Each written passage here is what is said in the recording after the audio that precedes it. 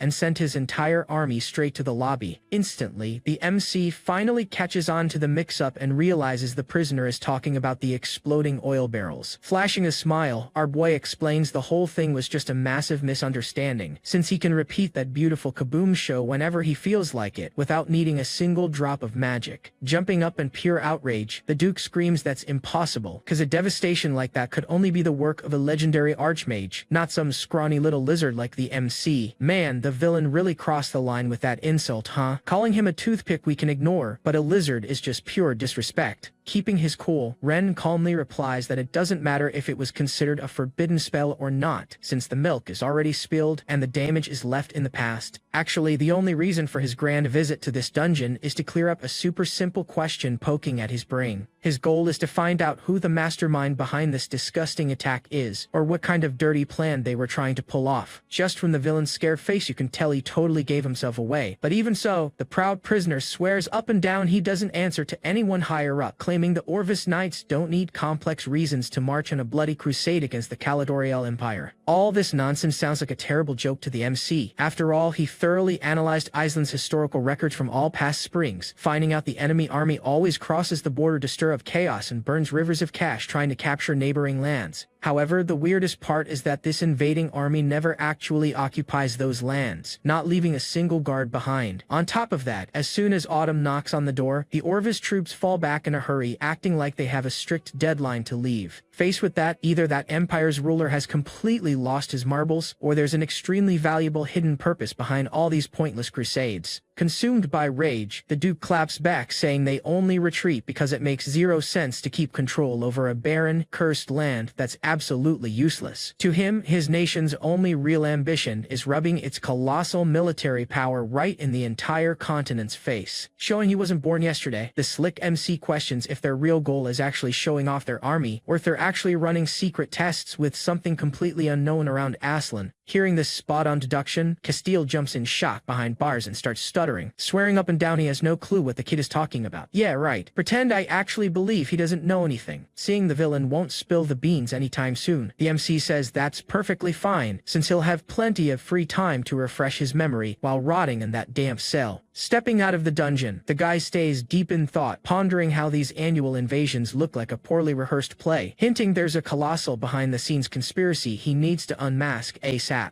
At the same time, the young lord knows he needs to step on the gas for his industrial development right away, cause that annoying feeling of being a manipulated pawn on someone else's chessboard is really bugging him. Taking a 10-day time jump in the story, the scene focuses on our hero's gorgeous older sister Priscilla, opening the mail she just got from Iceland. Reading her little brother's words carefully, she finds out Rosaline's backup was clutch for the win, and now the guy wants to add her permanently to his squad of direct subordinates, hoping to get his sister's blessing for it. Because of that, Priscilla summons her loyal intelligence advisor Gwen, ordering her to send a message to the noble Velas Walker, letting him know the youngest Edgar heavily approved of his daughter's services, giving the dad a free pass to finally chill without fearing punishment. Meanwhile, she notices the attached invite calls them to the grand opening of some dam. Deciding to ask if her assistant has any clue what that modern word means. Promptly, Gwen admits she doesn't have the slightest idea what that is, praising young Master Rain for his otherworldly intelligence, which is way beyond the intellect of average folks. Making her choice with pure hype, Priscilla announces that, out of sheer curiosity, they're gonna pack their bags and head out for a quick trip to Rain's turf. All this just to see up close and figure out what the heck this revolutionary invention called a dam actually is. However, the demanding big sister still drops one last order before hitting the road. Her command for Gwen is to select some talented girls around Rosaline's age, cause she wants to figure out her little brother's personal taste once and for all. Let's be real, what a caring big sister, right guys? The MC didn't even have to put in the work to flirt, and his own family is already setting up his harem. Wish I had one of those in my life. Switching scenes, we're taken straight to the lavish imperial palace of Orvis, where the advisors are frantically debating how General Castile's capture is going to be a devastating hit to the border soldiers' morale. Worried about the political fallout, one of the nobles warns that if the prisoner ends up running his mouth and spilling the kingdom's secrets, their situation is going to get terribly complicated. Cutting the chatter short, the Orvis emperor slams the table and demands immediate silence from his subordinates. At this critical point in the game, the top boss makes it clear he couldn't care less about finding who's guilty or innocent in that meeting room. What he actually demands, like yesterday, is a practical fix for the military disaster, not some useless debate among panicked nobles. Thinking fast, Advisor Craven, who our narrator affectionately nicknamed Rapunzel thanks to his long locks, suggests His Majesty send a trusted diplomat straight to Iceland to kick off peace talks. The advisor barely finishes his pitch, and the rest of the nobility already throws a collective fit, screaming screaming that cutting a deal with the enemy kingdom would be an unforgivable disgrace, and calling the MC's vassals a bunch of massive, uneducated barbarians. Amidst the yelling, the slick Rapunzel tries to defend himself, coldly arguing that if Castile's confessions leak to the world, every top-secret plan they've built for years will just go straight down the drain. Because of this, the monarch needs to carefully measure every single step to make the right call and dodge an even bigger political disaster. Partially agreeing, the Orvis Emperor accepts that a peace mission can actually work, but notes the job is going to require the absolute perfect candidate to handle the situation. Such a rep won't just need a respectable noble title to carry the Orvis name, but also nerves of steel and plenty of wisdom. Catching the king's tone, the smart Craven instantly sniffs out that something is super sketchy here. After all, a basic diplomatic mission shouldn't be wrapped in so much mystery by the ruler. With absolute certainty, that old tyrant is cooking up a dirty scheme right under the table. Seeing that creepy smile on the monarch's face, Rapunzel gets visual confirmation that this game is highly dangerous. Breaking the silence, the Emperor locks eyes on Craven, mocking his suspicious look and betting the long-haired Marquis already has the perfect sacrificial lamb in mind. Not missing a beat, Craven firmly replies that he actually has the absolute perfect candidate to recommend to the throne. We're talking about young Violvina, the smart and fearless daughter of the legendary Duke Richard. Once again, the guy just drops the name and the other ministers lose their minds in pure outrage, which makes total sense, since the girl's dad is rotting in the imperial prison exactly for plotting and personally disrespecting the Orvis monarch. Having fun with the mess, the Orvis Emperor quietly thinks about how slick the hairy advisor is, always managing to catch his real intentions perfectly. Hiding his malice, the monarch asks out loud what the brilliant logic would be behind sending a convicted traitor's daughter on such a vital mission. To back it up, Craven lists 3 heavy strategic reasons, starting with the fact that Violvina carries the prestige and blue blood of House Richard, proving to the enemy exactly how serious the court is about dealing. For the second point, the Marquis notes that even though she's super young and just hit adulthood, the girl makes up for her age with a fearless vibe and cracked decision-making skills. However, the third point is the real ace in the hole, because the noble girl will see this mission as a golden ticket to clear her family's name and redeem her dad's supposed sins for the crown. Faced with these flawless arguments, even the biggest skeptics in the room end up nodding along, agreeing that the plan to send the girl is actually brilliant. Satisfied with how things are turning out, the Orvis Emperor greenlights the girl's draft and throws the responsibility of running the whole trip right onto Craven's shoulders. However, the ruler makes sure to emphasize with a cryptic look that the only heir of the Kale family needs to travel in absolute safety and, more importantly, guarantee her safe return. Faking total obedience, the advisor nods with his head down, claiming he got the memo, but the loyal audience already knows there's some massive drama coming up. A short while later, twilight fades and the dead of night covers the silent walls of the Orvis Empire. Far from the court's eyes, the creepy monarch meets in secret with one of the shadow agents, who gives off that classic dark vibe of an elite assassin. Straight to the point, the crowned villain asks if the masked executioner already knows exactly how to handle the squad's trip back, targeting both the heir Violvina and the prisoner Castile as the main hits. With a tone of professional mockery, the killer tells His Majesty to relax on his throne, guaranteeing the whole fatal ambush is already mapped out down to the smallest detail. Laughing to himself, the Emperor can already picture the headline saying the Orvis squad got wiped out in enemy territory, serving as the perfect excuse to kick off a full-scale invasion. Leaving the conspiracies of that crazy kingdom behind, our camera focuses back on the bustling public market and our protagonist's turf. Showing off the results of solid management, the place is now pulsing with life, packed with merchants and an insane variety of new goods at the stalls. The locals just have to spot the young MC walking the streets to start whispering full of gratitude, remembering the sad days when they lived in absolute poverty like stray dogs. Luckily, under Master Edgar's new rule, the families finally earned the right to a life with a shred of dignity and plenty of food. Every humble citizen that crosses paths with the young lord makes sure to bow respectfully and greet him warmly with a huge smile on their face. Actually, our hero didn't just go for a stroll to enjoy the sunny day or flex his popularity with the crowd. With his brain buzzing with industrial plans, he's scouting every alley of the market looking for folks with natural talents through the system. But the honest truth is that the vast majority of the local peasants don't show a single cracked stat that catches his eye. A 27-year-old merchant named Marina White, for instance, turns out to be a totally mid-worker on the scan, lacking any useful skill, leaving us just laughing at the fact he's rocking a super girly name. The weird characters that that pop up in this crazy world, I swear. Following that same vibe, a 38-year-old candidate named Thomas shows up just as basic, cause even with a tanky build and some latent mana, his leadership stat stuck at 28 stops him from standing out. With these back-to-back letdowns, the MC starts realizing how insanely hard it is to pluck a genius mind out of such a simple rural crowd. Over the past few days, the guy practically wore out the soles of his boots walking non-stop through every square inch of that fortified city. Roaming the packed plazas, he walked through the crowds and even hunted for candidates in the church pews. He scouted the central market from end to end, but to his massive frustration, he couldn't find a single prodigy to fill his leadership roles. By far, the only rare gem and top-tier warrior he successfully recruited on his journey so far was the fearless Rosalind. Stuck in this dead end, the MC even thinks about swallowing his pride and borrowing some brilliant minds from his older brothers back in the capital. However, he quickly tosses that idea out, knowing it'd be super unfair to burden Lucius or Priscilla with his own personal feudal drama. To top it off, his big sister already pulled a massive favor by letting the talented Rosalind defend him, so begging for more help would just be shameless. Noticing her beloved master slumping his shoulders with a tired look, the caring Leah steps in to comfort the boy. With pure affection, she pulls the guy's head onto her cozy lap, which is infinitely softer than any luxury pillow out there. Gently, the maid mentions she scattered recruitment flyers all over the territory, announcing the local lord is hunting for brilliant minds, and anyone with special skills should report to the castle right away. Thinking about it, the MC reflects that the folks who applied actually have their perks, but sadly they only work as solid factory floor grunts, not the visionary strategists he desperately needs. But looking on the bright side, having dedicated labor is already half the battle. Unfortunately, his massive high-tech industrial plant still can't open its doors because it relies entirely on those precious gold coins and the elf tribe's green light, not to mention the big dam project is still going to take around 15 long days to be fully finished. Our hero even tried talking the city mages into dropping rooms to study basic chemistry, but that crazy pitch was almost branded an unforgivable crime against medieval magic laws, ruining his mood even more. That rigged system dropped a quest on his shoulders with an insanely tight deadline and near impossible difficulty. Come on, game, couldn't you toss an easier task just to give the hero some starter hype? Suddenly, his chill moment resting on his assistant's lap gets rudely interrupted by a suspicious noise coming from outside. Out of nowhere, a high-pitched scream of someone yelling in panic echoes through the gardens, putting the duo on high alert instantly. At that moment, the kid tries to convince the vendor that he can trust him blindly, promising that this time there's no way things will go south. Since he's already hanging around, the MC decides to take a quick peek at the kid's stat panel, and no one saw that coming. He finally spots someone built different. He might not be a Roseline in raw power, but the kid rocks a cracked 95 in strategy and 89 in magic. Like it or not, the kid's potential is way above your average Joe. Pushing his smooth talk, the kid tries swearing to the merchant that his new potion is absolutely foolproof. Just dropping a single bead on the food will keep any fruit fresh for up to a whole year. Because of that, the seller gets totally pissed and tells him to stop talking trash, reminding him that last time, the bug repellent the kid sold made him lose an entire crate of apples. Defending himself, the kid swears up and down it was just a tiny bump in the road, since that specific repellent wasn't meant for soft-skinned fruits like apples. Completely out of patience, the merchant cuts him off instantly, telling him he better bounce right now and stop being a pain. Meanwhile, the MC watches the whole thing from the VIP seats, getting super invested in the kid since he never guessed he'd find top-tier talent just chilling there. Catching the vibe, Leah also watches from a distance, already suspecting if this alchemist just managed to win over Master Rain. If that actually happened, she knows she's got to keep her eyes wide open to back her boss up the best way possible. Especially since, usually, these alchemist folks love pulling fast ones on people with their cheap talk. To the kid's massive luck, who already thought he was going to bed on an empty stomach today, the MC steps up, reaching out his hand. Right then, he mentions he's pretty interested in taking a look and buying a few of the potions the kid is pushing. That pitch makes the kid jump with pure joy, realizing he finally locked in lunch for today. Wasting no time, the kid starts kissing up, saying you can tell from a mile away that the MC is a total expert on the subject. Acting super friendly, he asks what kind of goods the client wants to bag, swearing his stash has a little bit of everything. Instead of closing the deal right away, Rain decides to make small talk and asks why he's never seen the kid's face around town before. Introducing himself, the young guy reveals his name is Armando, explaining he makes a living as an alchemist alchemist and barely ever hangs around these parts. If the MC needs anything custom-made, he just has to ask, cause he promises to brew a formula that'll leave the client totally satisfied. Hearing that, Leah pulls Rain aside by the arm, warning him to watch his back since most of these alchemists are pure scams and finding a real one is insanely rare. Chilling his partner out, the MC tells her to relax, cause it's still up in the air who's actually gonna hustle who here. From the looks of it, our protagonist is pretty slick and loves a deeply crafted mind game. Curious, Rain starts asking about the effects of those potions sitting on the table. Playing the expert, the kid praises the MC's eye and explains that specific flask makes any object glow in the dark. Meanwhile, the green juice promises to give you that boost and make anyone sprint at the speed of light. Finally, the little red bottle is meant to spice things up between him and the maid. Hearing all that, the MC dumps a bucket of cold water on him and keeps it real, saying there's absolutely nothing useful there. As expected, the kid absolutely loses it over the insult, warning that taking a joke is one thing, but trashing his life's work crosses the line and he won't let it slide. Hearing the kid's nerve, Leah instantly glares at him and asks in a threatening tone what he just dared to say. Feeling the heat, Armando whispers to Rain that his maid is giving him a death stare that's seriously giving him the chills. Ignoring the heavy vibe, the MC decides to drop a free chemistry lesson, explaining the glow potion actually uses zinc silicate phosphate, which glows poorly and is super toxic, when the ideal play is using calcium halophosphate, which is safe, shines way brighter, and costs practically nothing. Completely shell-shocked, the kid's eyes go wide as he asks how the heck the MC managed to crack his secret recipe. After all, that secret was supposed to be locked up tight. But our hero just lets out a sarcastic laugh and claims that stuff is actually a breeze. Rubbing salt in the wound, he explains it's nothing but basic chemistry, questioning how the kid has the guts to call this actual alchemy. Feeling personally attacked, the alchemist gets mad again, swearing it's far from simple, and the MC only knows this stuff because he's been snooping through ancient manuscripts. Between us, the kid's totally right, because that's not simple at all. But if our genius says it's basic, who am I to argue? Poking the bear a bit more, Ren casually remarks there's probably nothing useful to read in the notes of an alchemist who's almost heading to the lobby from starvation and can't even sell his potions. This time, the MC went too far with the roast and hit the kid's weak spot, leaving the poor guy visibly shaken by the humiliation of being called a starving beggar. Despite the heavy insult, the MC decides to cut him some slack and hands Armando a golden ticket if he swears loyalty. He'll finally figure out what real alchemy is. Not understanding a single word of that pitch, the kid gets confused and demands to know who the heck the MC thinks he is to ask for loyalty. Tilting her chin up with pride, Leah announces he's standing in front of none other than the supreme ruler of that region, Lord Rain Edgar. To everyone's shock, the kid flashes a sarcastic smile and drops an ironic comment about how he just caught himself a really big fish. Right after, Armando fires back with pure arrogance, saying he'd rather go offline from starvation 1,000 times than stoop to being some noble's pet dog. Looks like the tables turn, and the one who took the bait personally was our MC, who asks if the kid holds some special grudge just cause he's noble. Mocking the whole situation, the guy fakes surprise and claims he'd never dare hold anything against them, since he's just a humble peasant after all. Annoyed by the sheer nerve, Leah totally loses her cool and demands an immediate apology, warning that if he doesn't take it back, she's gonna start throwing hands. Showing zero fear, the kid dares the threat and asks if they're gonna send him to the lobby right then and there, noting that violent method is pretty typical for nobles settling scores. Hearing all that trash talk, the MC raises his hand and orders Leah to drop her guard immediately. Turning to Armando, he points out he doesn't care about whatever trauma or abuse the kid suffered at the hands of other aristocrats in the past. Actually, all the kid has in front of him right now is one seriously decisive choice. If he takes the deal, the MC can hand him all the advanced physics and chemistry knowledge of the modern world right on a silver platter. Armed with that knowledge, he'll finally get the epic chance to completely revolutionize human history. On the flip side, if he decides to turn his back on this shot, he's totally free to keep living his little life tossed in some random Aslan gutter. After all, the MC isn't gonna lose any sleep over it, much less care about what happens to his future. Suspicious of everything, Armando doesn't bite the bait and accuses the Lord of being just another massive liar, just like the rest of his kind. In his head, these rich folks only care about lining their own pockets with gold, and he'll never stoop so low to work under those terms. Meanwhile, the MC realizes things just got super messy, since Armando's loyalty dropped from 50 to a measly 32 points after he acted so harsh with the kid. Putting his foot down, the guy states loud and clear that he won't swallow a single empty promise coming from an aristocrat's mouth. Suddenly, Suddenly, a kid's voice cuts through the heavy vibes screaming for Big Brother Armando. Taking a good look at the little girl who just showed up, it leaves you wondering if she's actually related to the alchemist. Immediately, the guy runs over to hug her, worriedly asking what Yelena is doing around there. Panicking, he tells the little girl to turn around and run away ASAP, but the kid doesn't get why he's freaking out so much. Pointing discreetly, Armando warns her that the mystery man right behind them is super dangerous and might actually hurt her. To the guy's surprise, Yelena shakes her head and says that's just sweet, Big Brother Ren. Curious about the scene, the MC crouches down to her level and, unable to remember where he's seen her, asks how she knows who he is. With maximum cuteness, she nods and explains her mom keeps saying their family finally has a decent life thanks to Big Brother Ren. Wearing a smile, Ren asks if her dad happened to work on the new dam's construction, getting a nod from the girl who says her mom is constantly proud of her hubby. Still completely lost over the scene, Armando steps in front of the kid and accuses the MC of being a filthy exploiter slaving away Iceland's working class. Outraged by the sheer nerve, the MC asks where this crazy dude pulled such a wild conclusion from. Pointing at the little girl, Armando argues you just gotta look at her humble clothes to see the exploitation, claiming noble greed never changes. Instantly, Leah claps back saying that's absolute slander, since the MC is the only one actually grinding for the people's well-being. Taking the Lord's side, Yelena jumps right into the argument and starts chewing the alchemist out, declaring he's just spitting nonsense. Defending her hero, she explains that Big Brother Ren is the absolute best ruler the city's ever had, giving everyone a solid job, plus hooking them up with shelter and warm food so nobody freezes. Wrapping up the lecture, she warns that if he doesn't know what he's talking about, he better shut his trap before he catches a nasty kick to the shin. Trying to cool things down, Ren explains to Armando that folks' clothes are still basic because the local textile industry is still in the planning phase. As soon as that factory goes live, everyone in town will get access to comfy, stylish, and mostly importantly, insanely cheap gear. Even without fully grasping these modern economics concepts, Armando stays stubborn as a mule, stating all nobles are corrupt and only look out for themselves. With that, Yelena cuts the alchemist off again and tells him to stop the whining immediately, threatening that his shin is gonna pay the price if he keeps talking trash. Turning his back to the crew, Armando just mutters that time will reveal the truth, and all this fake kindness is nothing but a cheap act. Watching the guy walk away, the MC realizes it'd be a massive waste to just let a genius like that slip through his fingers. Dead set on bringing him over to his side, he takes a few quick steps to catch up before the kid vanishes into the crowd. The thing is, right in that rushed moment, a terrifying and mysterious sharp pain hits the young lord's chest. Losing all strength to stay on his feet, he completely collapses and faceplants right into the street dirt. Right after the fainting scare, the guards move fast and carry the MC back to the safety of his room in the mansion. After resting for a while, he finally starts opening his eyes and getting his consciousness back. Relieved by the sight, little Yelena mentions he gave her the biggest scare of her life, but she's just glad he finally woke up. Trying to calm her down, the MC says he's already feeling way better and she doesn't need to stress over it anymore. Clapping back at the master, she says he's totally wrong since he crossed the line grinding non-stop and in the tiny bit of free time he had, decided to hunt for talent instead of resting, making his body completely shut down. Feeling a bit awkward, the MC apologizes for causing so much worry, promising that from now on, he'll take way better care of himself. Changing the subject real quick, he asks where that stubborn Armando ran off to. Answering the question, the girl reports that the second he passed out in the street, she made sure to get him transported straight to the mansion. As for the young alchemist Armando, things took a pretty curious turn. Even though the guy was already heading far away, he actually turned right back around the second he saw the Lord hit the floor. Hearing about Armando's unexpected reaction actually leaves the MC with a tiny spark of hope and satisfaction. Spilling more details, Yelena reveals the kid even left a bottle of medicine, promising to cure him, but vanished off the map right after without a trace. Curious about the effects, MC asks if that exact elixir left by the alchemist was the thing that actually stabilized his temperature. Obviously the girl denies it instantly, explaining she'd never let her precious lord drink some shady mystery potion. Actually, the meds he recommended are still sitting untouched on the table, cause the one who actually fixed the young master up was the local doctor. Even knowing that, the MC asks them to hand over the flask so he can closely examine the mystery formula the alchemist brewed up. Scanning the stuff right there, the guy notes that, just looking at the color and texture, the thing looks totally professional grade. Because of that, he plans to hit up a doctor tomorrow to put it to the real test and find out if this medicine is really all that. Hearing that, Leah asks if he really wants to recruit the kid, reminding him the guy is nothing but attitude, always talking trash, and having him around wouldn't wouldn't be a smart move. On the flip side, the MC guarantees that, without a shadow of a doubt, the kid doesn't just have talent, he's one of those rare geniuses that are insanely hard to find. Thinking over the situation, the MC figures the only roadblock is this massive random grudge the kid holds against the nobility. It'd be awesome to find out the reason for all that hate, but for now, he's still totally in the dark. Right after, the scene cuts to a super humble little cabin, lost in the middle of nowhere. From the looks of it, that little shack is the home of our young alchemist, Armando. At this moment, we see the kid affectionately holding an old picture frame. Taking a good look at the pic, it shows him still super tiny standing next to a woman that, at first glance, anyone would assume is his mom, but reality is way different, because he reveals that was actually his beloved mentor. Talking to the portrait, the kid mentions he just bumped into an insanely weird noble. Funny enough, this rich dude managed to crack his alchemy formula with just one look and even spouted a bunch of crazy theories. To make it worse, Yelena actually seems to vibe pretty hard with the guy, but the kid guarantees his late mentor doesn't need to stress over it. According to his thoughts, none of these blue-blooded snobs will ever manage to play him again. His master plan is to finish that epic research so he can immediately collect the blood debt from the ones who screwed his master over. Whatever it takes, he's gonna make that disgusting nobility pay back every single penny for everything they did. Adding context to the drama, we find out this teacher was named Liesl Grant, a genius alchemist way ahead of her time in Iceland,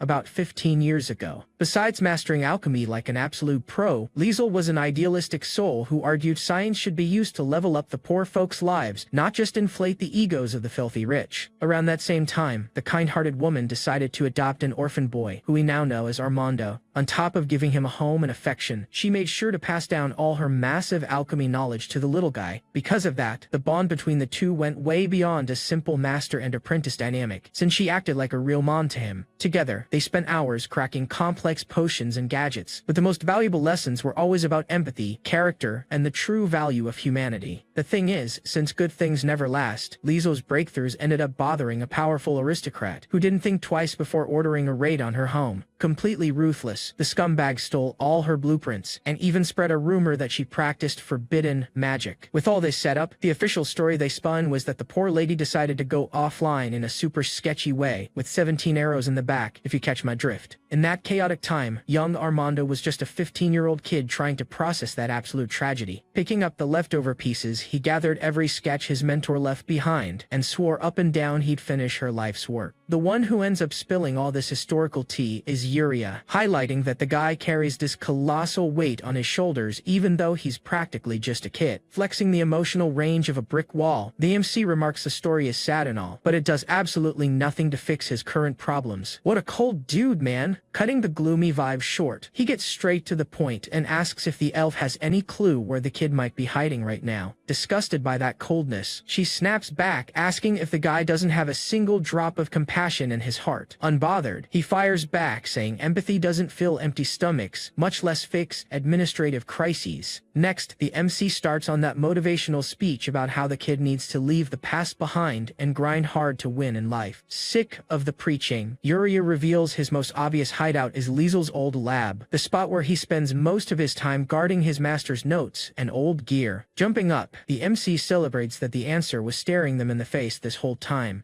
telling the squad to pick up the pace and head over there right now. However, right as he's about to walk out the door, he stops and asks what exactly the late alchemist's research focus was. Racking her brain, Yuria admits her memories are a bit foggy thanks to all the time that's passed, but she does recall the experiments involved some bizarre steam-powered tech. Hearing that, the MC's eyes literally shine with hype as he asks her to repeat exactly what she just said. Curious, he demands more details about this steam stuff, leaving the elf confused about why he's freaking out so much over some basic steam. With that, Ren explains that if his gut is right, this breakthrough has the revolutionary potential to rewrite history and change humanity's entire existence. Surprised by his reaction, the girl mentions she never imagined that project was such a big deal, since she always thought it was just some metal junk or a useless toy. Shutting the elf down, the MC warns that this is dead serious and highly important, ordering everyone to hustle so they don't waste another second. While running, the MC starts connecting the dots and figures it has to be the legendary steam steam engine. If that scientist actually mastered this tech, the missing pieces for his industrial empire gotta be stashed right there. Thinking back to his past life on Earth, this kind of machinery was already considered a museum relic, so he only remembered the basic theory and some tiny details from history class. Since he's a mechanical engineer by trade, he easily grasps pretty much any industrial schematic that crosses his path. The bump in the road is that, to build the perfect steam engine, he still needed a few fine-tunings and some key technical tricks he couldn't remember off the top of his head. If the guy manages to get his hands on Liesel's research diaries, he'll finally fill those blanks and bring the legendary steam engine to life once and for all. With that, the kickoff for the grand industrial era would be closer than ever. Meanwhile, the squad finally reaches the old lab where Armando usually hides out, and no one saw that coming. The kid was actually grinding away on a legit steam engine prototype. Hearing the MC's yelling echoing from afar, the alchemist gets a massive jump scare. Panicking, he rushes immediately to throw a tarp over the gadget to hide his top-secret project. Staring Rain dead in the eye, the kid demands to know what the heck this rich dude is doing on his turf, telling him right off the bat he can turn around cause he's not welcome here. Brushing off the kid's attitude, the MC just walks right in without asking and drops the heavy question, "Where are the late Liesel's notebooks?" Completely mind-blown, the guy says he has no clue how the noble found out about the files, but warns him not to get his hopes up. Stubborn as always, he swears up and down he'd rather go straight to the lobby before handing his master's legacy to some stuck-up noble. Trying to cool tempers, Yuria steps in and explains nobody's here to loot, and Lord Rain just wants to peek at the research to try and save the people from absolute poverty. Totally ignoring the elf's words, Armando steps forward and blocks the MC's path with a deadly glare. Making things worse, the punk pulls out a sharp blade and demands Aslan's leader get off his property right now. According to the kid, that sanctuary wasn't meant to be stepped on by filthy, hypocritical aristocrats. Meanwhile, Lillian watches it all from a distance with blood in her eyes, making it crystal clear she won't let a nobody like that lay a finger on her boss. With that, the loyal guard gets ready to chuck something heavy and shut that clown show down in the blink of an eye. Knowing his staff's short fuse, the MC makes a subtle hand signal telling her to drop her guard and chill. After all, he insists on handling this beef personally and doing it his own way. Taking a few steps forward, he stares his opponent down and calls the kid totally clueless. According to the MC, the kid doesn't have the slightest idea of that steam engine's real potential, much less the revolution this machine can trigger in the world. Right after, Rain throws it in his face, asking if he actually believes that acting like a spoiled brat is gonna honor his mentor's dying wish and legacy. Pissed by the sheer nerve, Armando fires back, asking who this preppy snob thinks he is to lecture him, since, in theory, no noble understands a single thing about alchemy or her research. Because of that, the MC flashes that confident smile of someone who already secured the win and hits the hothead with an epic challenge and a bet he can't refuse. With that, the stubborn Armando puffs his chest and questions this whole bet nonsense. Meanwhile, the MC keeps it real. If he manages to get this alchemical gadget running smooth, the kid is gonna have to work for him with his mouth zipped shut. But if by some chance our hero fails the mission, he'll just pack his bags, bounce from Iceland, and never step foot in those parts again. Hearing that, Armando bursts out laughing and asks if the boss is messing with him. How can a spoiled young master, who can barely tell a potion flask from a glass of water, dare to swear he understands his late teacher's legacy? Faced with all that attitude, the MC figures from the guy's talk that the deal is already locked and the terms are accepted. Right after, the kid confirms he's down for the challenge, but warns that just that won't be enough to satisfy his ego. If the young lord loses, besides bailing from Aislinn like they agreed, he'll have to drop to his knees and beg for forgiveness right in front of the late teacher's grave, something the MC accepts on the spot. Quickly, Yuria steps in and tells Armando he's crossing the line, cause young Master Rain didn't come there with hidden agendas or bad vibes. But Armando just shrugs off the lecture and pressures the MC to know if he's really gonna face the challenge head on or not. Without blinking, the MC guarantees he's totally in, letting him know that if things go south, he'll personally go apologize and consider the case closed. With the deal sealed, the big moment comes to take a deep, thorough look at that so-called steam engine. Actually, this slick Rain is already plotting to fix the toy and then teach the kid a lesson, making him spend days feeding the boiler fire to cure his stupidity. Finally, they reveal the mystery machine that was hiding away. Super protective, Armando warns that this beauty is the greatest legacy his mentor left on Earth, demanding max care so nothing gets broken. Both Yuria and Leah drop their jaws seeing the MC so hyped over alchemy, having zero clue what that weird pile of iron is even good for. Meanwhile, our MC is practically ready to kiss the metal, absolutely amazed to confirm it's actually a legit, high-tier steam engine. yelling for anyone to hear. He starts screaming from the rooftops that the late teacher was a brilliant mind, a true, unmatched genius. To him, that creation is fantastic, just purely magnificent. Curious, Leah asks if that thing the late woman designed is actually that revolutionary. Promptly, the MC claims that no matter what dimension you're in, building a mechanism like this from scratch is undisputed proof of pure genius. Seeing the praise, Armando puffs his chest with pride, agreeing his mentor operated on another level and was an absolute legend. Right after, the NC asks if the kid came to the hideout just to try and keep the engine running, getting a nod from the alchemist. The fact is, his master ended up passing away without leaving the instruction manual on how to start the engine, and that secret wasn't recorded in any of the scrolls. Faced with that, the MC suggests popping the hood right away to check the internal gears and hunt for flaws, leaving Armando panicking that the noble will take it apart and fail to put it back together. Because if the parts get damaged in any way, years of the late master's groin and research will go straight down the drain. With a confident smile, the MC asks who the kid thinks he's dealing with, guaranteeing there's no tech in the world he can't fix. Moving on, he tells the guy to grab a screwdriver, leaving the assistant looking dumbfounded with absolutely no idea what that tool is. Disbelieving, the MC asks if this is a prank, wondering how the kid managed to build such a complex thing without knowing basic hand tools. Losing patience, Armando replies he obviously used magic for the job, finding it funny the boss didn't figure out something so basic. Because of that, he explains the metal was forged by a highly skilled dwarf blacksmith ordered by Liesel, demanding a crazy grind a privileged heir would never understand. Unbothered, the MC brushes off the lack of industrial tools and decides to improvise on the spot. Instantly, he holds out his hand and asks Leah to hand over her trusty, razor-sharp dagger. Like the old saying goes, if you don't have a dog, you make do and hunt with a cat. With no other option in sight, dismantling the engine is going to have to happen right at the tip of the blade. After a few minutes of pure focus and manual labor, we see young Rain admiring the engine's guts, praising the delicate build and calling the machinery a true work of art. However, zooming in on the deeper details, he feels something is off and gets super intrigued. Now the question is, why there's a completely empty gap right where the crucial part should be. Wasting no time, he confronts Armando once and for all to find out where the inner gears went. At that moment, the alchemist realizes his cover is blown and the noble figured out the scam. Trying to throw him off, the guy dodges the topic and calls it nonsense, claiming the machine was always like that and it's high time the MC holds the L. Pissed off, the MC lets loose and warns him not to try pulling a fast one, cause he knows full well it's missing the engine's core, the part that runs the whole system. Because of that, he demands the kid spill it immediately and tell him where the main piece ended up. With nowhere left to hide thanks to the proof, the guy realizes he's cornered and lying just won't cut it anymore. Then, he confesses the most valuable piece of the machine was confiscated by a greedy aristocrat from the region. Pretty confused, the MC questions what on earth a rich dude would want with basic gear teeth. Right then, Armando explains those parts were molded from an insanely rare and valuable ore, the legendary dragon crystal. The second the greedy noble found out about the gem sitting there, he ordered it all ripped out to melt the stuff down and turn it into some useless luxury statue. Faced with such absolute madness, Rain gets completely furious at the massive waste of tech, thinking that the dude trashed the core components of a historic innovation just to sculpt a monument of his own face, leaves the Lord absolutely disgusted. Furious, he demands to know immediately who the scumbag responsible for this joke is. Feeling the heavy vibe, the young alchemist hesitates to spill the beans, terrified of the fallout. With a warning tone, the kid says the guilty guy is a massive fish in the high court, someone untouchable they definitely shouldn't pick a fight with. Totally in disbelief, the MC questions what kind of clown story this is that he can't get his payback. Out of patience for the runaround, the Lord demands the name of the bold idiot who dared to stall his industrial revolution plans. With no other choice, the kid reveals the mastermind behind this joke was the feared Duke Oscar. From the looks of it, the dude is actually a heavy hitter, so much so that even Yuria's eyes go wide as she asks if it was really that man. Noticing the shock on the priestess's face, the MC instantly figures she knows the scumbag's origins and asks for more tea. Quickly, she confirms it and explains that, back in the day, Duke Oscar was nothing more than a low-tier aristocrat right there in Iceland. However, since he was also a brilliant alchemist racking up massive wins in his youth, he ended up winning a famous imperial tournament, catching the emperor's eye himself. Blown away by the kid's talent, the ruler stuffed his pockets with funds, named him a duke, and handed him a whole turf to run. Curious about the map layout, our MC wants to know right away where this turf is located. Without skipping a beat, the priestess points out the lands sit in the Granzel region, right up north of Iceland's borders. Worried about the situation, Yuria warns the kid that zone belongs to the powerful Teleris Euro-Eyes domain, sitting entirely outside House Edgar's reach and control. Deep in thought, Rain racks his brain upon hearing the name Teleris Euro. He remembered his old man talking about this Grand Duke, making it clear the bond between the two families had gotten pretty rocky. Backing up the hunch, Yuria details that the two leaders are always clashing and trading shots over political beef in the Imperial Council. Flexing pure ice, the MC decides to shelf this rivalry for a bit to focus on what actually matters. For now, he just needs to lock Duke Oscar's name in his head, cause sooner or later, he'll make sure to drop a surprise visit on the guy. Whatever it takes, that scumbag is gonna settle the score for the parts he trashed, even if the Lord has to make him sweat bullets to pay up. Almost dying of shock, Yuria tries to cool the young lord down, asking if he's really gonna kick such a dangerous hornet's nest. Sarcastic as always, the MC fires back saying the real danger is him when someone messes with his plans, and the scumbag who destroyed those gears is gonna face the music no matter what. Stunned by the sheer audacity, Armando also goes wide-eyed, realizing the Lord is ready to clash with a powerful Duke without a second thought. To chill the kid out, the MC guarantees he won't just get the steam gadget running at full speed. He'll also make this supposed Duke swallow every drop of his audacity for sabotaging the project. However, one massive question remained. Was there any blueprint or schematic of the trashed parts saved in Liesel's old notes? Bummed out, Armando reveals his mentor sadly didn't draw a single visual diagram in her alchemical notebooks. But, on the flip side, he remembers the late master spent hours debating the manufacturing details face-to-face with a dwarf master blacksmith. Hearing that, the MC instantly figures the dwarf blacksmith must have the assembly secrets locked in his brain. Nodding along, Armando points out the real headache is the dwarf's stubbornness, as he flat-out refuses to let him in whenever he tries to drop by. Giving the alchemist a friendly pat on the back, the MC tells him to chill, shrugging off the fact that the craftsman is a tough guy. Dead set, the Lord announces he's gonna settle this beef personally face-to-face, and Armando agrees but warns him not to get his hopes up, cause the dwarf has a crazy short fuse. Walking into the workshop, things get heated instantly, with the blacksmith going off and telling the MC to turn right back around. Stepping into the argument, Yuria recognizes the old man as Uncle Bram, pointing out that young Lord Rain has been working miracles for the locals and deserves some respect. Treating the MC like a brat, the stubborn Bram claps back, saying he's well aware of all the moves the up-and-coming kid has been pulling around the Aslan area. Bram admits the young lord packed up some shady big shots and fixed the crowd's hunger, but he doesn't get easily hyped by nobility. Full of enthusiasm, Yuria nods, emphasizing it's extremely rare to find a ruler who looks after his people with so much care and dedication. However, Bram scoffs and claims the kid is doing nothing more than his basic duty as a ruler, comparing the situation to his own blacksmithing job, where his only duty is shaping iron for others. Not letting Yuria say another word, the MC takes the floor and completely agrees, stating his role as Lord is exactly looking out for everyone's well-being, providing food and shelter, and that's the real reason he's visiting. Intrigued by the noble's attitude, the dwarf asks if the kid came to his forge just to order some special job. Skipping the small talk, the MC confirms the request, explaining he needs the blueprints of the gears Liesel made for the thermal engine. Obviously, the absolute best case scenario would be if the master blacksmith himself agreed to remake those custom parts for his project. He barely finishes hearing the pitch and the dwarf is already foaming with rage, ordering the Lord to get out of his sight, putting his foot down that he won't hand over a single blueprint. Surprised by the massive outrage, the MC tries to figure out the reason behind all this sudden hostility. With bitterness in his voice, Bram reveals those cursed gears were Liesel's downfall, cause if he hadn't suggested using the dangerous dragon crystal, the alchemist never would have gotten into trouble and gone offline. Faced with that past trauma, he swears he'll never lay his hands on anything close to that device again. Pissed by the rejection, Armando jumps into the chat and calls out the veteran's logic, reminding him a blacksmith's job is to meet the people's needs without making excuses. Out of patience for speeches, the dwarf tells the kid to shut his mouth right then, firmly declaring his call is final and that's it. Shutting the argument down, he warns that even if the Lord manages to score the legendary ore somewhere, he won't lift a single finger to help whatsoever. Hearing that, Rain asks Uncle Bram to hold up a sec, continuing to push on this dragon crystal stuff and asking if, to keep the engine running, the gears absolutely have to be forged from that exact material, or if they could slide by using some other metal. Annoyed by the audacity, Bram demands to know what exactly the brat is trying to imply with this talk. With zero filter, Rain throws it in his face that maybe the master's famous forging skills aren't that reliable after all, since it makes zero sense that they can't use standard iron ore to mold the gears for Liesl's machine, when regular iron should easily get the job done without needing any dragon crystal. Feeling the direct hit to his professional pride, the stubborn dwarf gets completely consumed by rage. Right then, the old man tells Rain to shut up and stop talking nonsense once and for all. According to the master, to actually melt regular iron into liquid, there's only one single race on the whole continent with the thermal power for that, the legendary dragon race. At that moment, Rain figures things are exactly as he suspected, even though he keeps whatever actually crossed his mind about these so-called dragons completely to himself. Switching topics, the kid asks Uncle Brahm straight up if his forge can't hit extreme temps, like enough to melt actual iron. Scoffing, Brahm explains there isn't a single forge on the whole continent capable of liquefying iron ore, since you can kinda smelt the metal, but getting it entirely liquid is a whole different story, asking if the young noble even grasps that basic difference. Smirking, Rain fires back asking if the blacksmith would believe it if he personally designed a furnace perfectly capable of melting the stubborn ore. Laughing in his face, the old man tells the kid to stop flexing and bring his ego down a notch. After all, if someone could actually invent something that revolutionary, the Empire's entire level of forging and metallurgy would be flipped completely upside down. With that, Brahm mutters the kid is nothing but a spoiled brat from a noble family, amazed by the sheer audacity coming out of the boy's mouth. Ignoring the insults, Rain asks to drop the mockery for a second, pitching a deal. If he actually manages to build this super forge, would the veteran dwarf agree to help him mold the engine parts? Surprisingly, the tough guy takes the bet, promising he'll lend a hand, making the parts if the kid actually pulls off building this legendary forge. With that, Rain tastes a tiny victory, since that stubborn old man finally caved to one of his ideas. Satisfied with the deal, the Lord announces the agreement is officially locked in between them. The catch is, as he turns to leave, the blacksmith drops one last warning in the air, making it crystal clear that if the kid's idea crashes and burns and he fails the project miserably, the young noble is gonna have to pack his stuff and get the hell out of there, never to return. Staring at the stone structure in front of him, Rain mentally calculates that iron ore's melting point is 1538 degrees Celsius, while that standard forge's current temp is nowhere near hitting that mark. The issue is the forge's size door have a secondary oxygen intake system, stopping the fire's thermal power from being maxed out completely. However, to fix this mess easily, the guy knows modern engineering makes it a total breeze. Without second guessing, Rain pulls a modestly sized hammer from his gear. Moving on, he just lands a flawless swing right into the side of the dwarf's sacred structure. Instantly, Armando and the elf Yuria hit absolute panic mode seeing the kid's destructive move. In pure shock, the holy priestess screams, asking what the heck that lunatic is trying to do. Joining the freakout, Armando also loses his mind, asking if the boss went totally insane breaking Master Bram's beloved forge, wrecking any shot they had at molding the cursed gears. With all the chill in the world, Rain tells the duo to hold their horses, promising he isn't just vandalizing the place without a smart purpose behind it. According to his breakdown, those two new cracks in the stone will work as intake vents for the secondary oxygen he personally mapped out. Thanks to this basic tweak, the burn's efficiency will practically double in output, making the temperature skyrocket to the exact level needed to melt standard iron. Suspicious Yuria questions if a trick that simple could actually pull off a thermal miracle of that scale. Smiling, Rain tells the elf to never underestimate the power of basic science, saying they just need to load the forge with coal and start testing to watch the ore turn into liquid iron soup. Walking back into the room, old man Bram lets out an annoyed grunt, reminding the kid that the ore is rock solid to be handled so lightly. The thing is, the second he lays eyes on the current state of his precious forge covered in holes, the vibe turns totally sour. Chucking the iron rock up in the air out of rage, the dwarf calls Rain an absolute idiot for having the nerve to smash his masterpiece. Ranting, he asks if the kid has any idea how much sweat it took to build that structure, swearing that today this cocky noble is gonna learn a lesson the hard way. Keeping his swagger, Rain says he completely gets his rage, but doubles down, promising the new design will get the job done and melt the iron. Right then, Bram starts screaming at the top of his lungs, demanding to know if the kid thinks metallurgy is child's play, claiming it's impossible for some rich boy to know more about the subject than him. Explaining the obvious, the dwarf highlights how tough raw iron is and how a normal forge's temp comes nowhere close to melting it, pointing out that with those two cursed holes, the heat would just tank and ruin everything for good. In response, the Lord points out the materials are right there, and there's plenty of firewood, suggesting that if the blacksmith thinks it's gonna fail, he should just light light the fire and see the real results. Taking the bait, the dwarf accepts the challenge, dying to see what this kid's bogus trick is, making it crystal clear that if the ore doesn't turn liquid, the boy is catching a serious beatdown to stop acting so arrogant. After a few moments prepping for the historic test, the blacksmith finally lights up the modded structure. Right after he tosses the raw iron ore rocks in there to see what happens. Meanwhile, the old man's eyes start going wide, completely lost on how the heck this is happening right in front of him. And that's where it gets crazy. Against all his expectations, the kid's experiment works absolutely flawlessly. Even the elf Uria, who is already used to Rain's insane stunts, is left jaw-dropped, refusing to believe what she's witnessing. Meanwhile, Armando, who was also super skeptical, stutters asking what in the world is actually going on with that magic forge. Acting super sarcastic, Rain completely ignores everything else and zeroes in on Mr. Bram's shell-shocked reaction. Poking the dwarf, the young guy asks if that glowing stuff pouring right in front of his eyes is fully melted iron or not. Completely mind-blown, the master blacksmith questions how just 2 measly holes in the stone managed to generate such surreal heat to liquefy the metal. Flexing his superiority, Rain explains that it's purely the practical application of pneumatic and thermodynamic principles, promising to give the old man a detailed breakdown later. Holding the L, Bram throws in the towel and admits the kid actually broke the game this time. With the new forge running at full speed, the dwarf steps up to the plate and starts grinding hard to forge the gears they need. However, he decides to keep it real and warns about the danger if that other corrupt noble decides to show up and cause trouble in the workshops. Chilling the worker out, Rain guarantees the dwarf doesn't need to stress over that scumbag, cause soon enough the protagonist himself will go hunting for him to settle the score. Meanwhile, the squad heads back to the late teacher Liesel's old house. Wasting no time, the trio walks straight over to where the steam engine prototype is set up. With that, in theory, all their problems seem solved, since they finally have the right gears in their hands. Thanks to the installation of this core component, the engine finally has everything it needs to come back to life and run like it's supposed to. And just like that, the highly anticipated industrial era kicks off, which, let's be real, took almost 40 chapters of pure filler to actually show up. Playing it safe, Leah shares her worry about whether that new standard iron piece will actually hold up against the insane pressure the steam engine generates without completely shattering. After all, if the gear blows up mid-process, some shrapnel could fly out at high speed and hit the boss straight in the face. On the same note, the elf Uria shares the same doubt, terrified of a catastrophic accident right on the first test. However, Rain chills them both out, explaining that the late teacher Liesel only used dragon crystal ore because she lacked the technical know-how to realize regular iron would work flawlessly. Feeling the sting against his mentor's memory, Armando warns the guy to watch his mouth when talking about his beloved teacher. Smirking with pure mockery, Rain fires back saying the assistant should be way more worried about his own future, since, just like they bet, the second that engine runs, he officially becomes his new full-time employee. Stubborn as always, the kid claps back saying the Lord can only claim the win after the engine actually runs perfectly without glitching. Taking the challenge head-on, Rain just smiles, completely confident in his build. The young noble knows full well there's absolutely zero reason to panic right now. With that, he guarantees the assistant is about to witness a legit tech miracle right before his eyes. Wasting not a single second, Rain pulls the starter lever with pure determination. Moments later, the gears start spinning hard and the steam engine starts blowing a thick cloud of smoke out the pipe. Surprised by the mechanical noise, the elf Uria is the first to yell out that the gadget actually started working like magic. Meanwhile, what do you think young Armando's reaction was seeing the experiment succeed? The kid stays completely silent, frozen, staring at the scene with his eyes locked on the smoke. The reason for the shock isn't losing the bet, but the fact that in his mind, he can actually feel the warm presence of his late teacher standing right there next to the machine. In his fondest memories, his mentor would always call him over with that same sweet vibe to help her run the tests. Then, he pictures himself running to back her up, carrying heavy tools with a proud smile on his face. The young guy fondly remembers the time she would patiently explain the most complex theories about thermal energy, also remembering, with a bit of humor, the scoldings and head smacks he'd catch whenever he messed up the alchemy formulas. However, her life's biggest dream was always locked on that steam engine, cause she truly believed this tech would bring ease and happiness to the lives of all the struggling folks. The problem is, after that tragic night when she ended up heading to the lobby thanks to the corrupt noble's greed, her last words were a genuine plea for him to guard and protect that legacy. And then thanks to Rain Edgar's relentless grind and big brain, the young assistant finally finally sees his beloved master's biggest dream turn into something totally real. Worried about the kid's emotional state, Yuria asks Rain to step in, but the Lord prefers to let him cry it out and vent all his pain. After all, those genuine tears represented all the emotions and frustrations he had bottled up in his chest through so many years of loneliness. In that nostalgic vibe, time flies, and 3 long hours pass in the blink of an eye while they watch the engine run. With his arms crossed, Uncle Brahm watches the engine running and admits he never imagined the kid could actually pull off a mechanical flex like that. However, he questions, with a hint of irony, if all that monumental grind was just to build a smoke machine. Echoing the dwarf's doubt, Yuria asks Rain what else that noisy junk can actually do besides polluting the local air. Joking around, the blacksmith concludes that, from the looks of it, the clunker is only good for scaring people and filling the room with soot. Laughing at their reactions, Rain asks the crowd to chill, guaranteeing a steam engine is infinitely superior to some basic smoke generator. Actually, this tech is the fundamental building block for the birth of a massive industrial society. Getting completely lost in the modern buzzwords, the elf and the dwarf try to process the real meaning behind that heavy statement. Hyped up, Rain breaks down that the power generated can spin massive gears, giving life and automated movement to countless other complex machines, from automated mills and textile looms all the way to fast new transport vehicles or colossal defensive weapons for the territory. Before long, this engine will take on an absolutely irreplaceable role in the restructuring and development of the empire. Because of that, he wraps up saying humanity's greatest and most powerful invention, for now, boils down to the simple and genius act of boiling water. With her eyes shining, Yuria says all of that is simply incredible, young master, but everyone can tell she's totally lost and didn't get a word of the explanation. On that same vibe, the old man agrees the thing looks impressive, but still has that lingering doubt if this invention is actually as miraculous as the MC swears it is. Faced with the skepticism, the MC promises it's just a matter of time, cause pretty soon everyone will understand the steam engine's true revolutionary value. From here on out, the old man is gonna watch him closely to finally witness the true crushing power of the industry. However, out of absolutely nowhere, a girl comes galloping full speed, screaming as she rides through the territory. As the figure gets closer, the crowd finally realizes it's the fearless Roseline. Out of breath, she warns the young master that Lady Priscilla just stepped foot on his turf. Immediately, the boy decides to drop everything and run to welcome his second sister. Behind the scenes, the slick guy already starts plotting that the timing was absolutely flawless, since the dam is almost done, and if his sister lays eyes on it, she'll definitely want to drop heavy cash into the project. Dropping more details, Roseline adds that his sister sent word she prepared a super special gift for him. Hearing that, the MC gets totally hyped and immediately asks if she managed to see what it was, already picturing his sister bringing chests of gold so he won't even have to beg for funding. To his absolute shock, Roseline reveals the so-called gift is actually a group of young girls who just hit adulthood. Completely mind-blown, the MC blurts out aloud, "What the heck are you talking about?" Not understanding a single thing. Cutting straight to the Lord's mansion in the city of Etherland. In this spot, we find the MC finally welcoming his beloved sister. Wasting zero time, the girl crushes him in a tight hug, saying she was dying of missing him. Feeling a bit awkward, the MC says he missed her too, but the vibe gets a little uncomfortable right there, making him change the subject to ask a crucial question. Straight to the point, he asks the real reason she brought that whole crowd of girls with her. Curious, his sister plays dumb and asks what the problem with that is. With a little smirk, she asks if by any chance none of those candidates are his type. Promptly, the MC claps back, saying the issue has absolutely nothing to do with his personal taste. Faced with that setup, the folks in the territory are already jumping to conclusions and giving him super weird looks. Outraged, his sister asks if the commoners really have the nerve to disrespect their own lord like that. At that moment, the MC realizes his rep is in serious danger, since even his loyal Leah is looking at him like he's a massive creep. Desperate, the MC begs his sister to check out Leah's reaction, who has always been a total sweetheart, but is now glaring at the poor guy with pure disgust. Laughing at the mess, his sister argues that if Leah has such a strong opinion about his behavior, it means she actually cares, which deep down should be awesome news. Out of patience, the MC starts pulling his hair out, complaining that his sister's logic is extremely worrying. Dead set on ending the clown show, he demands she reveal once and for all the real reason she brought that female squad. Seeing her little brother's panic, his sister caves and promises to spill the beans, revealing this whole thing started because of a certain letter he sent. Totally confused, the MC racks his brain trying to remember what this mystery letter he supposedly sent was all about. Confirming the story, she explains the message mentioned his interest in Roseline and, thinking about her bro's well-being, she decided to bring backup so he'd have a wider range of options to pick from. Quickly, the MC tells her to chill and tries to explain she completely misinterpreted what he meant about being interested in Roseline. With a sarcastic smirk, his sister admits there might have been a tiny misunderstanding, but insists that, since Roseline is total eye candy, he might as well give the idea a shot. Poking the bear even more, she turns to Leah and asks if there'd be any problem if the MC decided to build a harem, making the guy tell his sister to stop talking nonsense immediately. Keeping her posture, Leah asks if Lady Priscilla is joking around, reminding her that as just young Master Rain's servant she has no voice or right to give her 2 cents on his love life. With a serious tone, she emphasizes Rain is totally free to marry as many candidates as he wants, cause that call strictly belongs to the territory's leader. Embarrassed, the MC asks Leah to just ignore this totally baseless chatter. Looking closely at the details on Leah's face, Priscilla realizes the young girl is actually starting to shake with internal nerves. Knowing that, she decides it's best to dial back the teasing so the poor girl doesn't have a total meltdown right in front of them. Putting a stop to the mess, the noble decides to drop the jokes and orders Gwen to guide the group of girls to the guest quarters. Hours later, we find the MC locked into his duties inside his temporary office. During the chat, he reveals that in a few days, Etherland's massive dam will be finished, promising to not only control the water flow and irrigate the crops, but also open the doors for a brand new hydroelectric power project. Completely lost on the tech terms, his sister asks what dam and power generation even mean, guessing if all that is some kind of witchcraft or magic circle. Looking for a simple analogy, the MC explains the plan is to use the raw power of the water to spin a mechanism and produce electricity for the turf. Intrigued, she asks Rain if this crazy gear is what's going to put an absolute end to the local food shortage. Nodding his head, the boy admits the concept sounds a bit abstract, but clarifies it doesn't involve magic or standard gadgets, being actually pure industrial tech. Suspicious of all this industrial systems talk, she demands to know where exactly he picked up such massive practical knowledge. After all, she perfectly remembers that, back in the day, the youngest sibling would rather swing a sword 1,000 times than flip through a book. Faced with that, the huge question pops up about his real identity and what happened to the old brother she used to know. At that moment, the MC gets chills down his spine, realizing he totally forgot about this little detail from his new life. Digging up memories from when he woke up in this world, he remembers his original body was completely wrecked thanks to some supposedly intense fencing training that went horribly wrong. Feeling the heat rising, he realizes he needs to cook up a little white lie to throw his sister off before things get genuinely ugly. Cornered, he fakes being offended and claims that,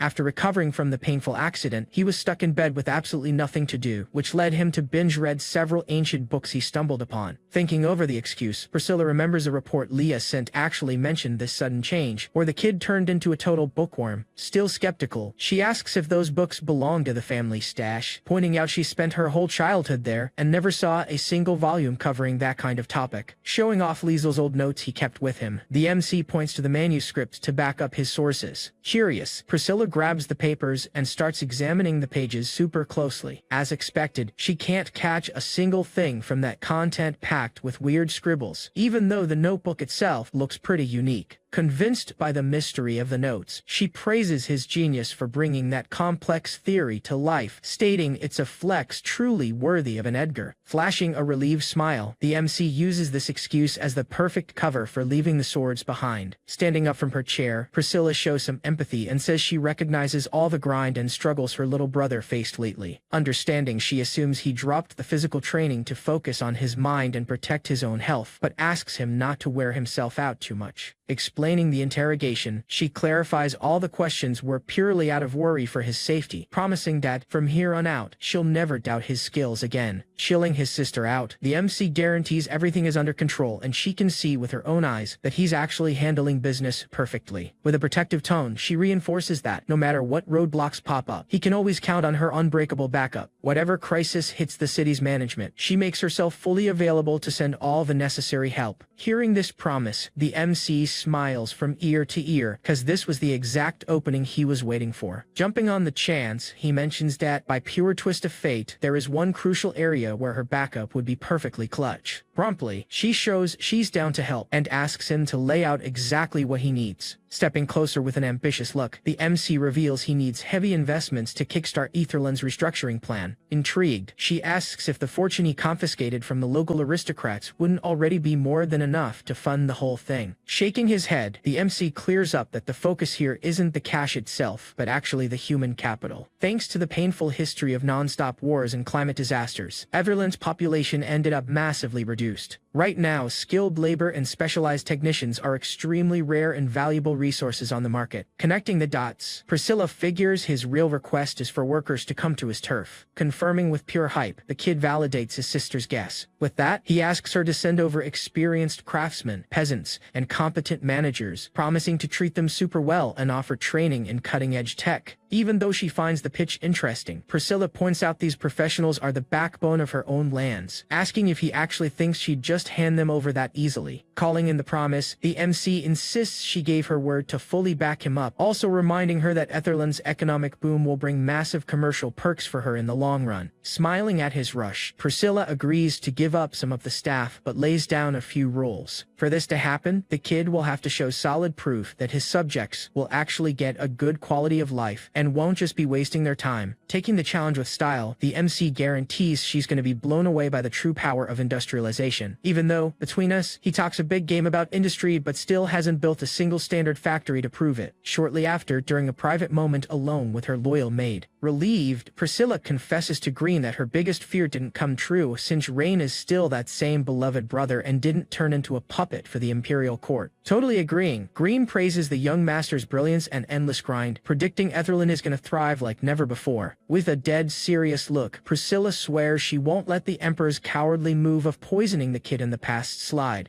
dropping a massive bombshell that catches everyone off guard. The way she sees it, if the tyrant sabotaged Rain's body to steal his chance to fight, it's only fair to give him a taste of his own medicine or send one of the princes straight to the heavenly lobby. Proving she's an insanely protective sister, she decides to step up to the ruler himself and orders Gwyn to track down the crown princes to pick the easiest target and land the hit. Dead set, she promises to make the Emperor pay heavily for having the audacity to touch her family. Mealing an absolute loyalty, Gwyn guarantees the stealth hit job will be pulled off with total secrecy and tells her boss not to worry. Thirsty for revenge, Priscilla concludes that since that scumbag messed with her most precious treasure, now he's gonna have to take the payback without crying about it. Switching scenes, the camera focuses on a sketchy caravan moving quietly down the roads. The messed up part is that, instead of regular goods, the convoy seems to be carrying hidden human prisoners. Satisfied with how the plan is rolling, one of the goons tells the boss the current batch is top tier and is going to bring in insane profits when they sell. With a super cartoonish duo running things, the big guy starts complaining that a massive slice of the cash goes straight into Eldrick's pocket without the guy lifting a finger, while the skinny one agrees they're taking all the risk for nothing. Annoyed by the whining, the boss tells both of them to shut up, reminding them that despite Eldrick's greed, he's still the crew's main political godfather. After all, they'd be totally delusional to think they could smuggle slaves into Etherland for this long without heavy backup behind the scenes. Right in the middle of the boss's lecture, an accomplice runs up screaming in panic, warning that things just went totally sour. It's an out-of-breath scout, dropping the terrible news that Etherland's management just fell into the hands of a brand new lord. Stressed by the news, the boss demands he spit it out and give the full play-by-play of what's going down in the area. Breaking it down, the scout reveals he hit up the port in Iceland City, but when he got there, he ran straight into totally unknown soldiers running the guard. Right off the bat, he tried to bribe the local guards, but to his shock, the guys rejected the cash and even started interrogating him, asking what he was doing there so late at night. Trying to dodge the questions, the scout made up a story about visiting relatives, but ended up finding out from the guard itself that the crook Eldrick wasn't calling the shots in Iceland anymore. Hearing that, another gang member suggests to the boss that the smartest play would be to turn around and bail, but the leader claps back instantly. Turn back to where exactly? After all, that valuable cargo was already ordered by Duke Oscar himself and the slave trader from the Orvis Empire, and if they didn't deliver, they'd lose out on the 3,000 gold coins and still have to face the noble's rage. Worried about the future, the lackey asks what's going to happen if the city's new ruler decides to kick the gang out of there. Showing curious, the bald boss tells the subordinate to chill, cause nobody in their right mind turns down a fat bribe, and the worst that'll happen is they make a little less profit this round, figuring it's better to use the night to rest up. As soon as the sun comes up, the plan is to disguise themselves as a merchant caravan and take only a few of the prisoners to test the security. If the cover works, they'll come back for the rest in other trips. Jumping on the chance, the chubby goon asks the boss if, thanks to this forced break, he and his partner couldn't take a little time to enjoy the night with the prisoners. Riding the wave, the skinny accomplice laughs and agrees, reminding them tomorrow is a mystery and they might end up going to the lobby, so a little treat today wouldn't hurt anyone. Completely ruthless, the leader gives the green light for the cruelty, just warning them not to touch the redhead, leaving the rest totally at the goon's mercy. Yeah, guys, the situation is looking incredibly messed up. From the looks of it, the night promised to be an absolute nightmare for those poor girls. Leaving the two cowards alone with one of the girls, the boss rushes the rest of the crew to take shelter deep inside the cave. Sensing the incoming danger, the young girl panics and starts crying, begging the brutes not to touch her. The thing is, the scumbag is already drooling with malice and tells her to relax, promising his partner is gonna be super nice. But we all know full well that their definition of affection is just pure savagery. Consumed by panic, the hostage screams for help at the top of her lungs. Terrified her fate is already sealed. But hold up, justice might be delayed but it never fails. Out of nowhere, an imposing voice drops from beyond, ordering both of them to freeze immediately. At times like this, your heart even beats faster seeing who decided to show up. To the criminal's ultimate bad luck, the one who popped in to crash the party was none other than our fearless Roseline. Surprised by the interruption, the chubby goon looks back completely clueless as to where that warrior spawned from in the middle of nowhere. Keeping her stance solid, Roseline demands to know who these thugs are and exactly what they plan to do with the poor hostage. But that brute's head was only filled with the absolute dumbest thoughts. Mocking the night, the skinny guy replies, they're just killing time, and actually has the nerve to invite her to join the fun. Faced with the duo's disgusting giggles, our warrior's patience completely evaporates in the blink of an eye. Without giving another warning, she charges at the two like an absolute lightning bolt. Shocked by the rush, the scumbags can barely process the girl's speed. The reality is their reaction was way too slow to stop the worst from happening. With a brutal move, the skinny guy catches a hit to the head so violently that the bone-cracking snap echoed through the whole cave. Not even his protective helmet could save the poor idiot, who ended up getting sent back to the lobby with zero chance to respawn. Locking onto the next target, Roseline coldly announces the chubby guy is up next. Without hesitating, she lands a flawless strike, bearing her spear straight into the thug's gut. And just like that, the other crook went offline before he even realized what hit him, pushing deeper into the cave to pack up the rest of the crew. Curious about the commotion, the goons chilling inside start getting suspicious of all that noise coming from the entrance. But before they can even put two and two together, the redhead spawns in, sweeping everything in her path. Seeing the warrior's fury, the survivors turn around in absolute panic, screaming for backup from the rest of the gang, way in the back of the hideout. Annoyed by the yelling, the bald boss asks what kind of mess is going down. Looking back, he discovers his trusted guys have already been completely wiped off the map by the invader. Faced with that level of lethality, the bald guy freezes in fear and tries to stutter out a plea for the girl to lower her weapon. The catch is our beloved Roseline was in absolutely zero mood to negotiate with thugs, playing dumb. The boss argues he doesn't even know what they did that was so bad to piss the warrior off. Out of patience for the nonsense, Roseline cuts the cheap talk and points at the hostage, asking if they seriously thought they'd slide after kidnapping that young girl. Trying to wriggle out using political pull, the crook claims the whole thing is just a misunderstanding and reveals they work under Duke Oscar's orders. Pulling an official paper from his pocket, he flashes the noble's permit like it somehow justifies the human trafficking they were pulling off. Hearing that name, the knight instantly remembers the orders she got from the young lord about this Oscar guy's shady schemes. Back then, Rain specifically commanded her to double down on the patrols to catch any infiltrator sent by the rival Duke. She accepted the mission right away, asking if there were any specific details or signs she should look out for during the sweeps. With his classic, practical vibe, the protagonist just replied she only needed to sniff out and hunt down any kind of trouble in the area. Snapping back to reality, the arrogant bald guy still tries to hustle the girl by offering a bribe to sweep the case under the rug. Completely shameless, the criminal suggests that, since the whole thing was just a business mix-up,